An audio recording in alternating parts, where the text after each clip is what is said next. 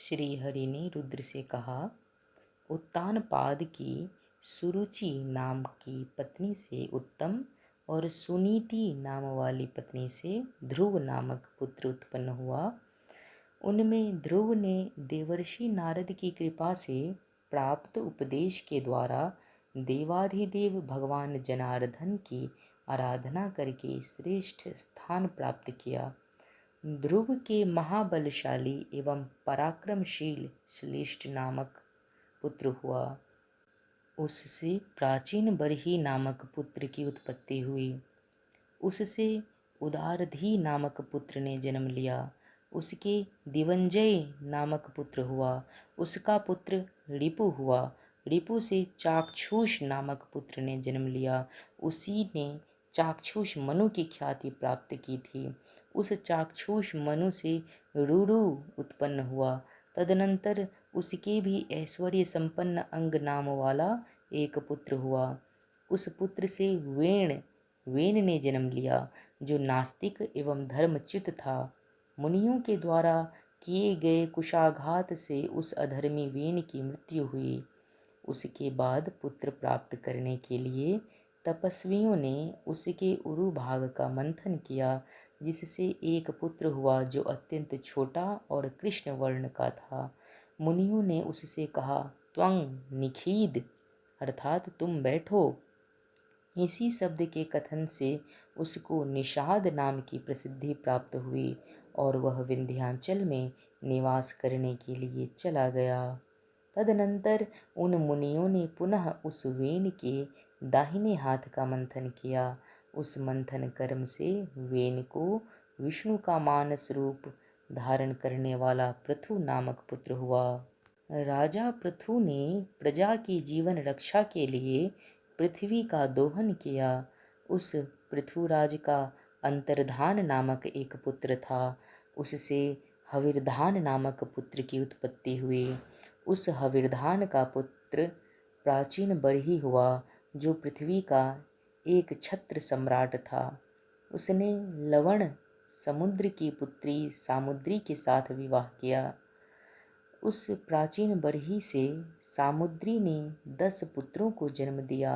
ये सभी प्राचेतस नाम वाले धनुर्वेद में निष्णात हुए। धर्माचरण में निरत रहते हुए इन लोगों ने 10,000 वर्षों तक जल में निमग्न होकर अत्यंत कठिन तपस्या की। तपस्या के प्रभाव से प्रजापति का पद प्राप्त करने वाले उन तपस्वियों का विवाह मारिशा नामक कन्या से हुआ। शिव के शाप से ग्रस्त दक्ष ने इसी मारिशा के गर्भ से पुनः जन्म ग्रहण किया। दक्ष ने सबसे पहले 4 प्रकार की मानस प्रजाओं की सृष्टि की, किंतु महादेव के शाप से उन मानस संतानों की अभिवृद्धि नहीं हुई। अतः उन प्रजापति ने स्त्री पुरुष के संयोग से होने वाली मैथुनी सृष्टि की इच्छा की। इसके बाद दक्ष ने प्रजापति वीरण की पुत्री असिकनी के साथ विवाह किया। इस असिकनी के गर्भ से उन दक्ष के 1000 पुत्र उत्पन्न हुए। नारद के उपदेश से वे सभी पृथ्वी की अंतिम सीमा को जानने के लिए निकल पड़े, किंतु पुनः वापस नहीं आए। हे महादेव, इस प्रकार उन 1000 पुत्रों के नष्ट हो जाने पर दक्ष ने पुनः 1000 पुत्रों को जन्म दिया। वे सभी शबलाश्व नाम से प्रसिद्ध हुए। उन लोगों ने भी अपने बड़े भाइयों के मार्ग का ही अनुसरण किया। पुत्रों के ऐसे विनाश को देखकर क्रुद्ध दक्ष ने नारद को शाप दे दिया कि तुम्हें भी पृथ्वी पर जन्म लेना होगा। अतः नारद कश्यप मुनि के पुत्र के रूप में उत्पन्न हुए। इसके बाद दक्ष प्रजापति ने असिकनी से 60 रूपवती कन्याओं को जन्म दिया, जिनमें से उन्होंने 2 कन्याओं का विवाह अंगिरा के साथ किया। उनके द्वारा 2 कन्याएं कृशाश्व, 10 कन्याएं धर्म, 14 कन्याएं कश्यप तथा 28 कन्याएं चंद्रमा को दी गईं। हे महादेव, इसके पश्चात दक्ष ने मनोरमा, भानुमति, विशाला तथा बहुधा नामक 4 कन्याओं का विवाह अरिष्टनेमि के साथ किया। दक्ष प्रजापति ने कृशाश्व को सुप्रजा और जया नामक कन्याओं को प्रदान किया। अरुंधति, वसु, यामी, लंबा, भानुमति, मरुत्वती, संकल्पा, मुहूर्ता, साध्या तथा विश्वा ये धर्म की 10 पत्नियां कही गई हैं। अब मैं कश्यप की पत्नियों के नाम को भी कहता हूँ। उनके नाम हैं अदिति, दिति, दनु, काला, अनायु, सिंहिका, मुनि, कद्रु, साध्या, इरा, क्रोधा, विनता, सुरभि और खगा। हे रुद्र, धर्म की पत्नी विश्वा से विश्वेदेव और साध्या से साध्य गणों की उत्पत्ति हुई है। मरुत्वती से मरुत्वान तथा वसु से 8 वसुगणों का आविर्भाव हुआ। हे शंकर, भानु से 12 भानु और मुहूर्तों से मुहूर्त गणों की उत्पत्ति हुई। लंबा से घोष तथा यामी से नागवीथी का जन्म हुआ और संकल्पा से सर्वात्मक संकल्प का प्रादुर्भाव हुआ। आप ध्रुव, सोम, धर, अनिल, अनल, प्रत्यूष तथा प्रभास ये 8 वसु माने गए हैं। आपके वेतुंडी, श्रम, श्रांत और ध्वनि नामक 4 पुत्र हुए। ध्रुव के पुत्र में भगवान काल का जन्म हुआ, जो लोक के संहारक हैं। सोम से पुत्र रूप में भगवान वर्चा हुए, जिनकी कृपा से ही मनुष्य वर्चस्वी होता है। मनोहरा से धर के द्रोहिण, हुत, हव्यवह, शिशिर, प्राण और रमन नाम वाले पुत्र उत्पन्न हुए। अनिल की पत्नी का नाम शिवा है। अनिल और शिवा से पुलोमज तथा अविज्ञात गति नाम के 2 पुत्र उत्पन्न हुए। अनल के पुत्र कुमार हैं, जिनकी उत्पत्ति शरकानन पर हुई थी। कृतिकाओं के पालित पुत्र होने से इन्हें कार्तिकेय भी कहा जाता है। इनके शाख, विशाख और नैगमेय नामक 3 अन्य छोटे भाई भी हैं। महर्षि देवल को प्रत्यूष नामक वसु का पुत्र माना गया है।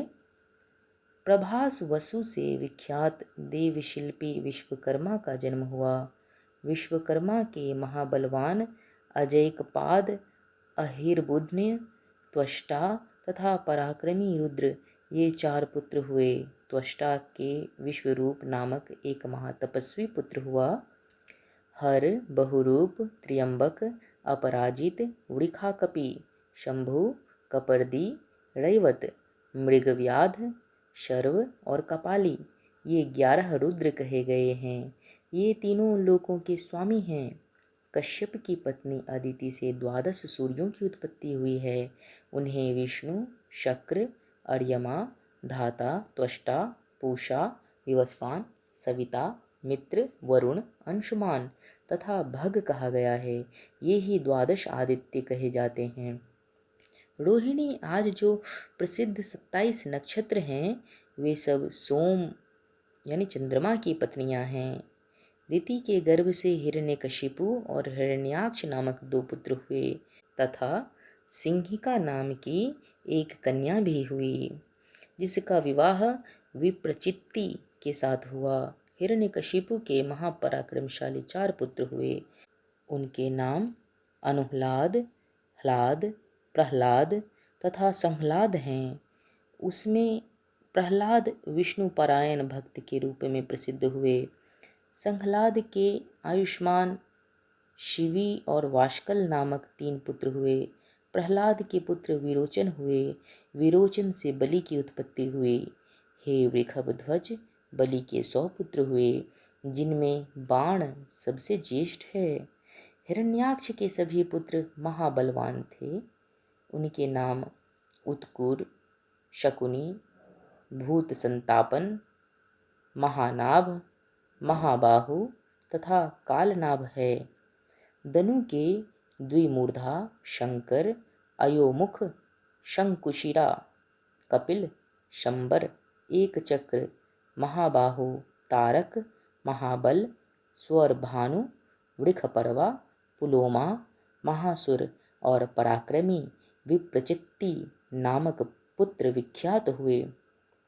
स्वरभानु की कन्या सुप्रभा तथा वृषपर्वा की पुत्री शर्मिष्ठा थी। इसके अतिरिक्त उसे उपदानवी और हयशिरा नाम की 2 अन्य श्रेष्ठ कन्याएं हुईं। वैश्वानर की 2 पुत्रियां थीं। उनका नाम पुलोमा तथा कालका था। उन दोनों परम सौभाग्यशालिनी कन्याओं का विवाह मरीचि के पुत्र कश्यप के साथ हुआ था।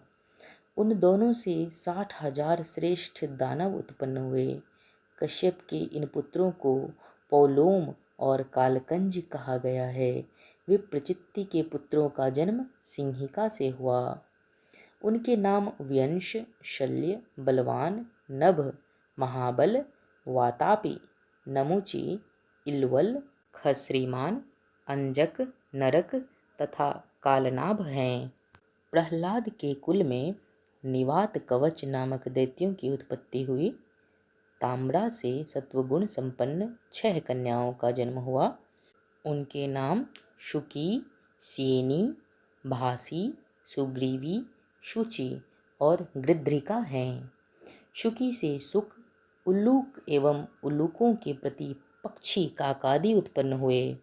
शेनी से शेन यानी बाज, भासी से भास, गृध्रिका से गृध्र यानी गीध, शुचि से जलचर पक्षीगण तथा सुग्रीवी से अश्व, ऊंट और गधों का जन्म हुआ। इसको ताम्रा वंश कहा गया है। विनिता के गर्भ से गरुड़ और अरुण नामक 2 विख्यात पुत्र हुए। सुरसा के गर्भ से अपरिमित तेज संपन्न सहस्रों सर्पों की उत्पत्ति हुई। कद्रु से भी अत्यधिक तेजस्वी सहस्रों सर्प हुए। इन सभी सर्पों में प्रधान सर्प शेष, वासुकी, तक्षक, शंख, श्वेत, महापद्म, कंबल, अश्वतर, एलापत्र, नाग, कारकोटक और धनंजय हैं। इस सर्प समूह को क्रोध से परिपूर्ण जाने। इन सभी के बड़े बड़े दांत हैं। क्रोधा ने महाबली पिशाचों को उत्पन्न किया। सुरभि से गायों और भैंसों का जन्म हुआ। इरा से समस्त वृक्ष, लता, वल्लरी और तृणों की उत्पत्ति हुई। खगा से यक्ष, राक्षस, मुनि से नृत्यगान करने वाली अप्सराएं तथा अरिष्टा से परम सत्व संपन्न गंधर्व उत्पन्न हुए। दिति से मरुत नामक 49 देवों का जन्म हुआ।